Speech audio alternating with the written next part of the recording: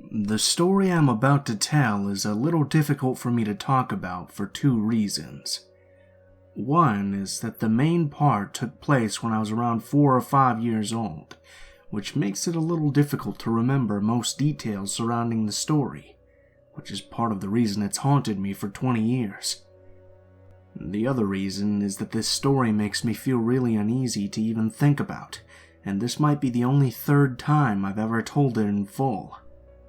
So some quick background to this story is that I was born and raised in an extremely close big family.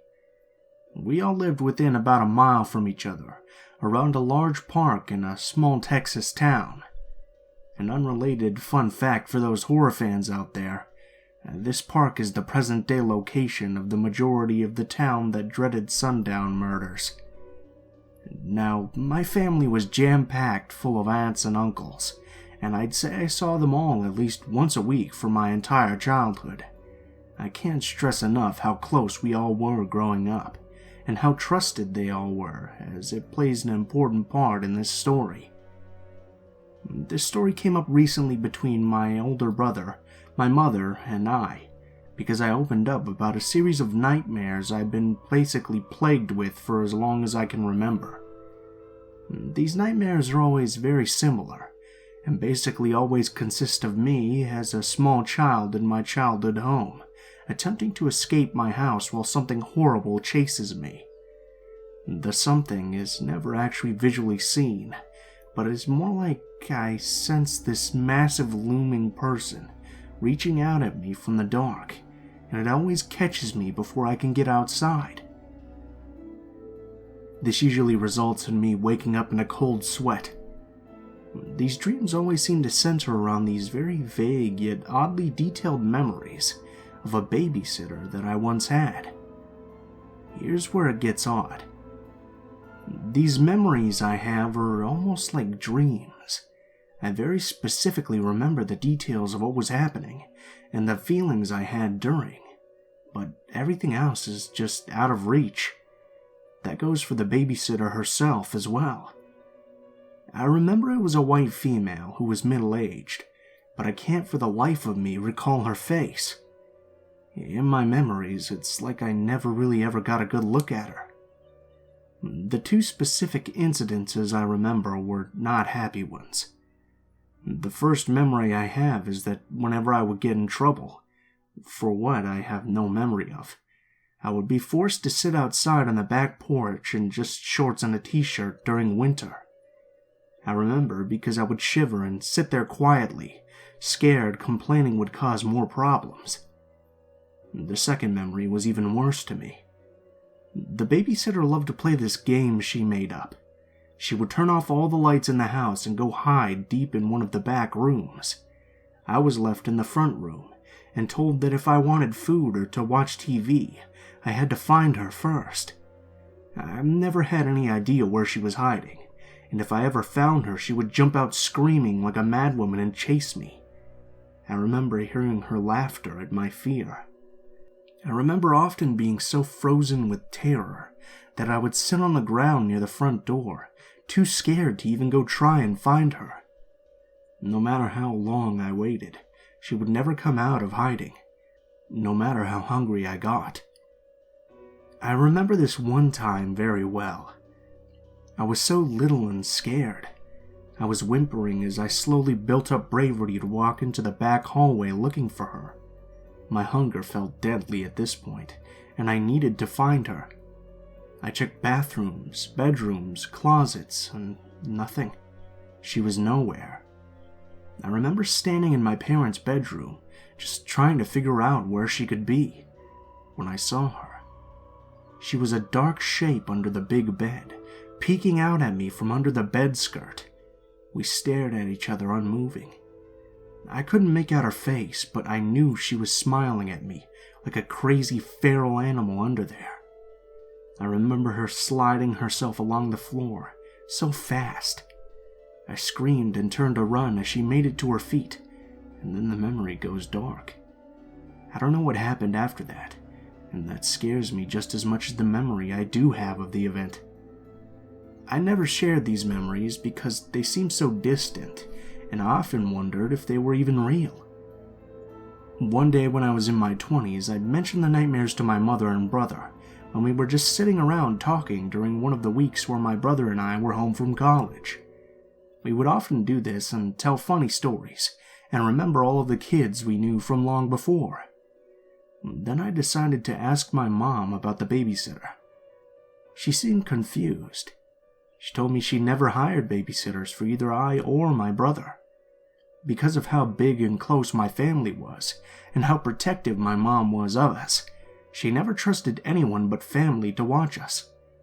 My aunts and grandmother were the absolute opposite of the woman I remember. Loving, kind, fun, and treated me almost like their own children. I couldn't imagine any of them doing these things to me. My mom seemed genuinely confused, but also slightly worried like a mother would when hearing such a horrible story. She told me she truly couldn't even begin to imagine who I was talking about. With her certainty, and with the memories being so vague in important places, I decided I must have imagined it after all. Then my brother brought it up again the next day when we were driving together. "Yeah, I remember that," he said with some concern in his voice.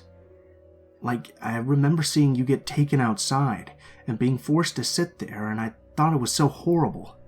I don't know why we never told anyone." He too had no memory of who the woman was, but he remembered feeling defenseless over the whole thing. He only had vague memories of the horrible game she would play, but pointed out how he has absolutely no memory of her ever targeting him with her torment. He remembers the events as if he were just an audience member. He did, however, remember some things that I didn't. This included that I often got in trouble because I would often use my imagination to tell stories, and that the babysitter would get mad at me when she realized it wasn't true. This resulted in me getting kicked out of the house. I just want to point out that my brother is only 1 year older than I am, so he too would have been very little. I've thought about bringing it back up to my mom, but I honestly trust that she has no idea who I'm talking about, and I don't want to make her feel horrible about something so long ago that she clearly has no idea about. I just wish I could understand what the hell happened, and who the hell she was. My brother never brought it up again after this, but told me at the time that he had always played that memory off as being so young, and just misunderstanding whatever happened.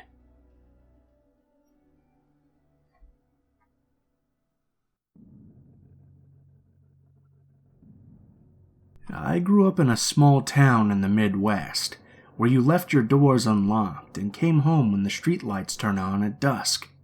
After moving away for college, I decided to move back to my quiet, sleepy hometown in one of the 2 apartment buildings. I'm living there for roughly 3 months, when one night I go to sleep early on a Friday night. Now, I'm a reasonably hard sleeper, so when I wake up in the middle of the night to noises, I'm immediately alarmed. I'm going to describe my apartment layout for a bit of a better understanding. As you walk in the front door, the kitchen is to the left and the living room to the right. There's a hallway straight ahead with 1 bedroom at the end. A bathroom is to the left in the hall, and my bedroom is to the right. I get up from my bed and walk around to the end of it and peek my head out of the bedroom door. I look to the left to see my front door wide open to the outside hallway. There's a loud voice coming from my unlighted kitchen. From my vantage point, I was unable to see into the kitchen. I froze. This fact I've left out of the telling of this story since. It's not something I'm very proud of, but I want to relay this story in its entirety. It may have been only a couple of heartbeats, but to me it felt like an eternity. I come to my senses after realizing that I've stopped unconsciously breathing. I take a shallow breath to steady my mind and try to gather my bravery. There's no thought process about what to do at this point. I let my body and my instincts take over. I turn around and head back to the far side of my bed, grab my phone from the nightstand, and quickly remove it from the charger. Luckily, my bed frame is high enough for me to squeeze under without much difficulty. I immediately realize that there's no escape from my hiding spot if things turn south. I'll have to rely on luck to get me through this. I dialed 911, and a woman answers and asks about my emergency. I briefly explain in a whisper that an unknown man is in my apartment, and I'm currently safe. I lay there listening to the chaos in my home, reassured by the presence of my cat, Marcy, laying under the bed with me. It seems to me that he's in a phone call based on the one-sided rambling. I tell the operator this fact and explain my fear that he's going to bring other people into my home. He's making enough sound to allow me to give a play-by-play on the call. The man starts screaming about killing someone. I'm unsure at this point whether he's talking to the person on the phone or if he knows I'm there. The voice is unfamiliar, but this does little to ease my terror. He then starts ringing the doorbell in the outside hallway and yelling for me to come out. My blood runs cold as I realize that he might come try to find me. Marcy is alarmed by the doorbell that hasn't ceased ringing, and she creeps out from under the bed. I panic. What if he hurts her? I start whispering as loudly as possible to get her attention without letting him know my location. She senses my unease and crawls back under the bed with me. At this point, it felt like an eternity, and I ask the operator how long until the police arrive. She's unsure but assures me that they're on their way. My town is roughly a 30-minute drive to the nearest city police, but I assume there's a highway patrol that would be arriving soon. Little did I know that safety was in to rush to get to me. I hear him walking around my apartment when he enters my extra bedroom, which is my storage room with a bed. He hasn't stopped yelling all this time. I'm still unaware whether or not he's on the phone or not. I hear him mention that this must be a kid's room. I shush the operator because he ceased his screaming for the moment, and I hear more noises like he's going through boxes and throwing things around. Then my fear is realized as I hear him quietly enter my room. I see his feet walking to my closet from my vantage point. He starts going through my clothes and emptying my hamper onto the floor. He turns around and walks to my bed and sits down. I stopped breathing. I think he laid down at this point because the pressure of the bed lessens on top of me. He's deadly silent, and I'm still trying my best to hold my breath. There's shuffling and moving around when he gets up and walks out of my room. I take a shallow breath and steady my conviction. He starts making noise again like he's throwing and punching things. I inform the operator that he was just in my room and the police need to hurry. I don't know how long I can keep Marcy under the bed, and I'm concerned about what could happen if he finds me. He walks back into the kids' room quietly. I shush the operator again because she continually asks me for a play-by-play. I hear him breathing from the other room. After the quietest few minutes of my life, he yells, "Who's there?" I freeze again, listening for movement, but nothing. I'm starting to get lightheaded from my shallow breathing. The silence is deafening, and I fear he's trying to detect me. After a lifetime, I hear footsteps entering my apartment. I hear a man's voice say, "Hey man, you're in the wrong house." I've never felt more relief in my life before this night or since. I hear my door close and I crawl out from under the bed and break down. The adrenaline and anxiety take over as soon as the feeling of safety washes over me. A female officer comes to my side of the bed and puts her hands on my shoulders. I'm trying to keep it together and failing miserably. She let me put my clothes on, and I could hear 3 male voices coming from my apartment. The woman left and came back with a handful of clothes, asking if any weren't mine. They all were, and I answered in kind. She shut the door behind her as she left again. I turn to look out my window and see no lights from the cop car on the street. I look at my phone and realize the call to 911 has taken almost 20 minutes. I can't explain the feelings I had at this time since many hit me all at once. The door opened and the officer motioned to have me exit. Taking a first look at my home was almost as anxious as the event itself. My apartment was in disarray. Clothes were everywhere, mixed with garbage, and belongings from my shelves and counters.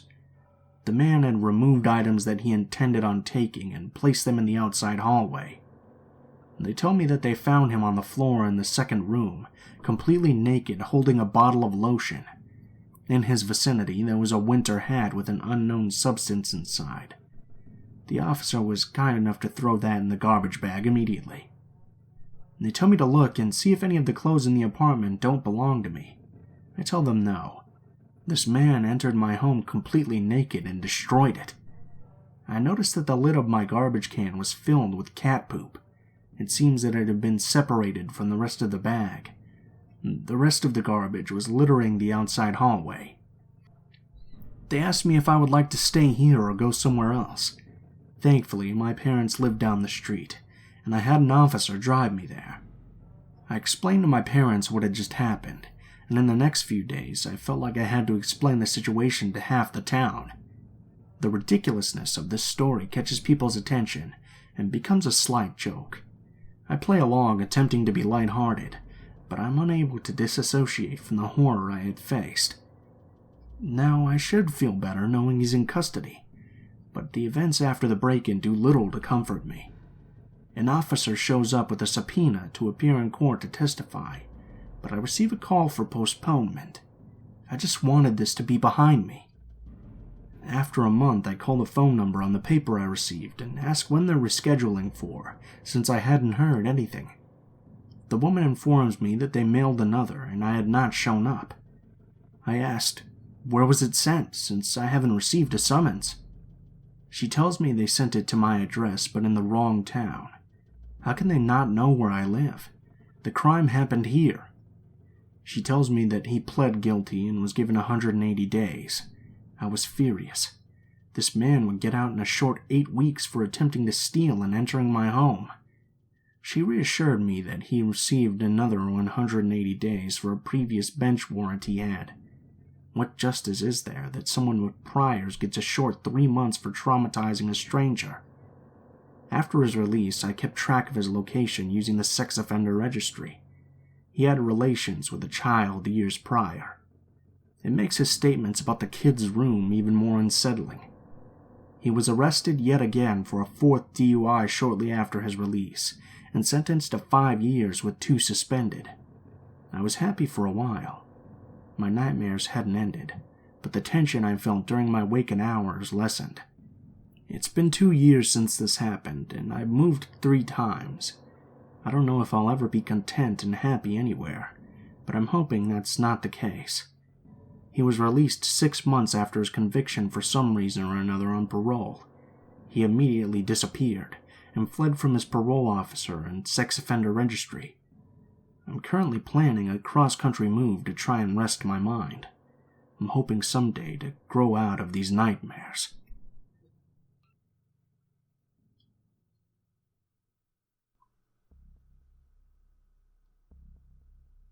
So this isn't one of my paranormal experiences at the local port, but it still creeps me out when I think about it. A lot of spooky shit happens to me for some reason, but that's beside the point.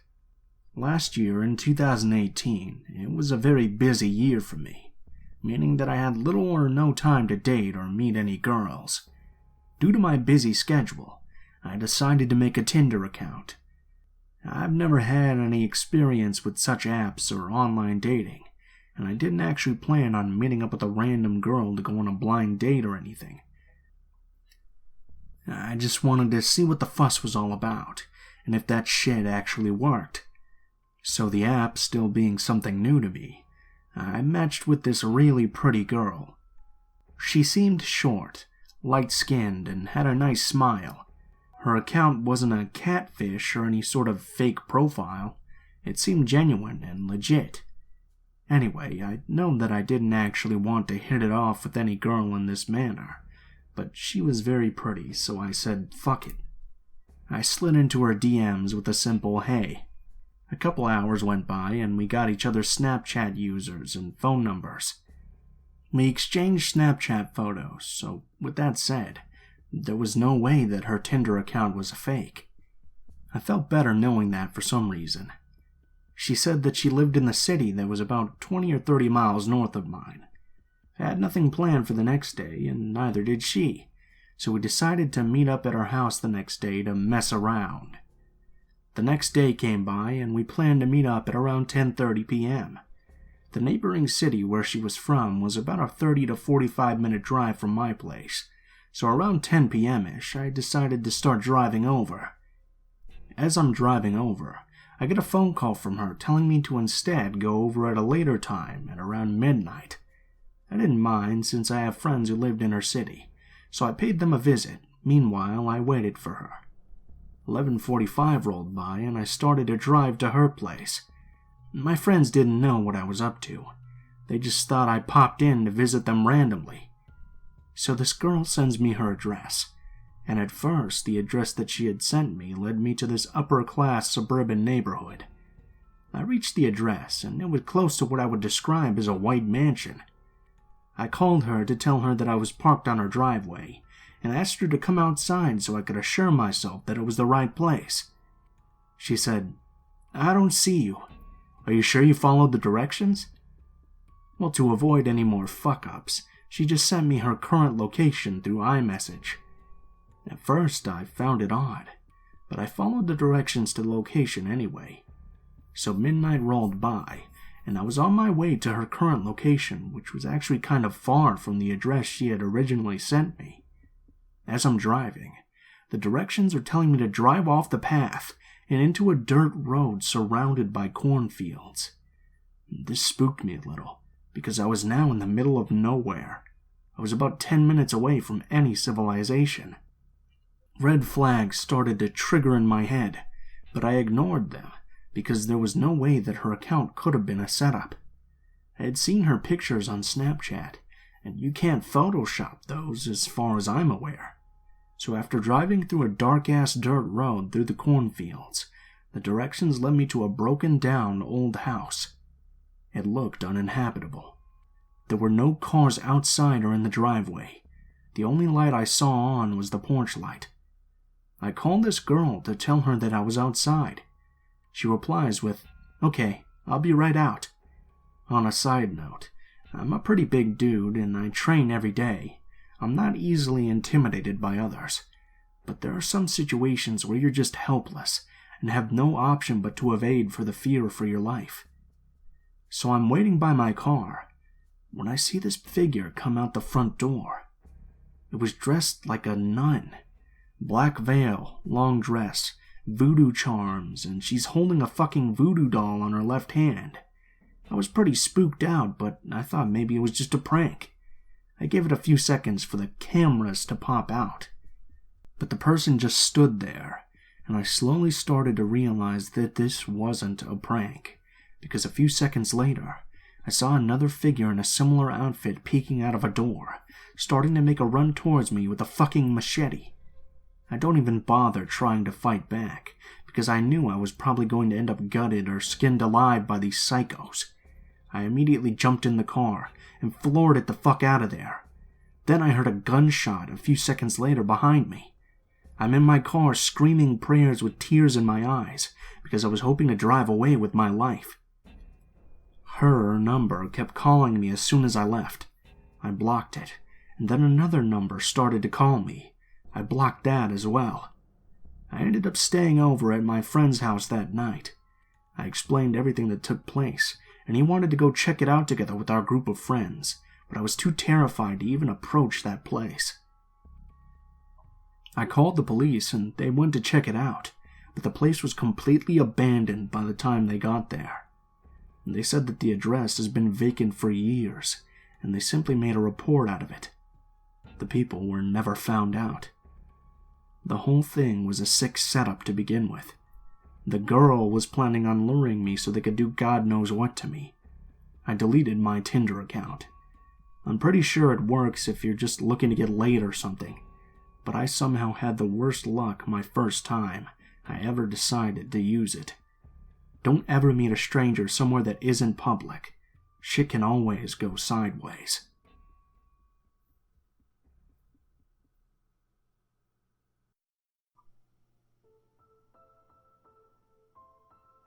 What is up, guys? Blue Spooky here, as always. I just wanted to thank you guys so much for watching, especially if you made it this far to the end of the video. I have a little bit of an update here for you guys. I've recently started streaming a little bit on Twitch. I don't know if you guys are interested in just hanging out and seeing a bit of gameplay of maybe Monster Hunter or some games like that, maybe a few horror games, but I'll leave a link to my Twitch in the description of the video below. As always, if you guys like the video, please leave a comment or perhaps like or subscribe if you feel so inclined. If you'd like to message me, or you'd like to send in a story for me to read, or you have a suggestion for a story I should read, the links to all of my social media will be in the description of the video below as well. This includes my Facebook, Twitter, Gmail, and now, of course, my Twitch account. Go ahead and send me a message on any of those, and I'll try to get back to you as soon as possible, but please guys be patient, because I do get a lot of messages, so if I don't respond to you right away within like a week or two, just be a little patient. I'll get to it as soon as I can.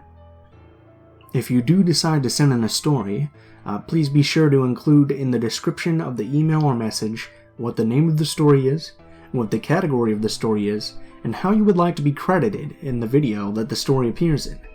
If you guys are curious about the music used in this video, links to the music and the order in which the music appears will always be in the description below the video, so you can go ahead and check that out there.